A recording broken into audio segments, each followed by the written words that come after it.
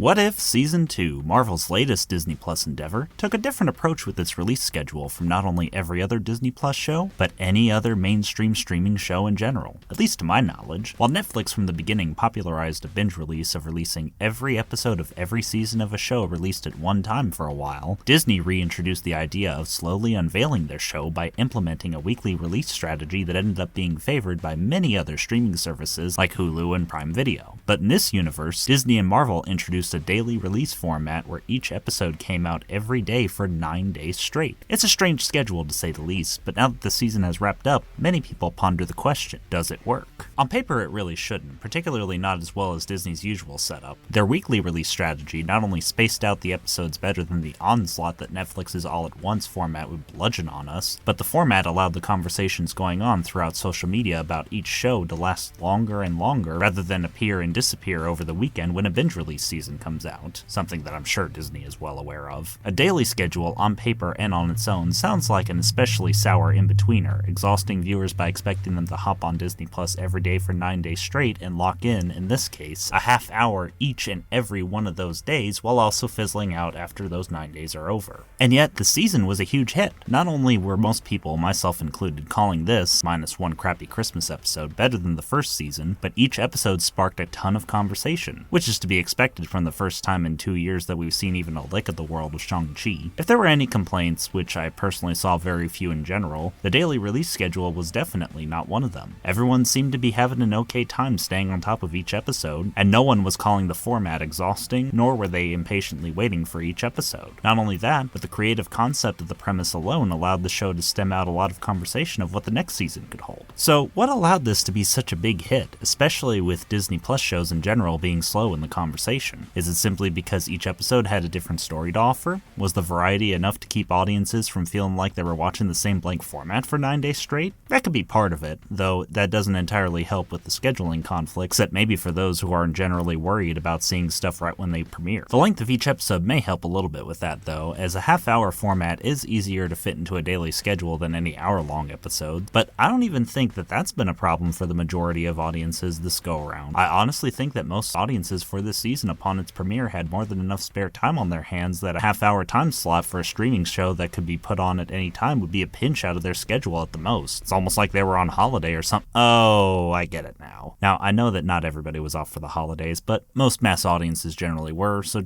just bear with me for a second. With that said, that does kind of make this release schedule an exclusive holiday treat, as this format does work for this show with a variety of stories and this time slot where most audiences are off for the holidays, but really wouldn't work for any other show or time slot. Getting hour-long episodes a day every day for 10 days straight would be exhausting and burn people out, and having to keep up with something like that in between our daily lives would be hectic to say the least. On top of that though, while What If offers a wide variety of visuals, most Disney's streaming shows, even their better ones, tend to get the visuals of each episode to blend into each other, which is fine to see once a week, but would get dull quickly if they had to see it every day for a week. Now, if they wanted to try this again with What If Season 3 during summer or spring break or something, that would probably work fine, as it would with any other show that, one way or another, offers a wide variety of stories and visuals, but as for Marvel and Star Wars' other usual shows in any other time slot, I'd still say the weekly format is the better format, as it's the best way to extend the conversations behind the shows and not burn out your viewership. The holiday allowed audiences to have the space in their minds and daily lives to continue the conversations about What If Season 2 and not feel overstuffed in their schedules. But you try that with something like Loki or Percy Jackson in an everyday time slot, it probably won't pan over as well. A release schedule like this was risky and creative, two words that really haven't been used to describe Marvel or Disney very accurately as of late, but it was clearly a calculated risk and needs to keep in mind the elements that made that formula work. Bear in mind the time off that mass audiences, particularly Disney's set of families, which I assume they're still aiming for maybe, would have, and the variety of visuals that one could see from a show like this, and the daily release schedule could work fine. But keep in mind that the conversations, anticipation, and variety are all elements of what can make a show engaging to audiences, and make sure that the release schedule doesn't taint any of those. Because like any other holiday treat or Marvel production, too much of a good thing is, well, not inherently a bad thing, just too much of a good thing.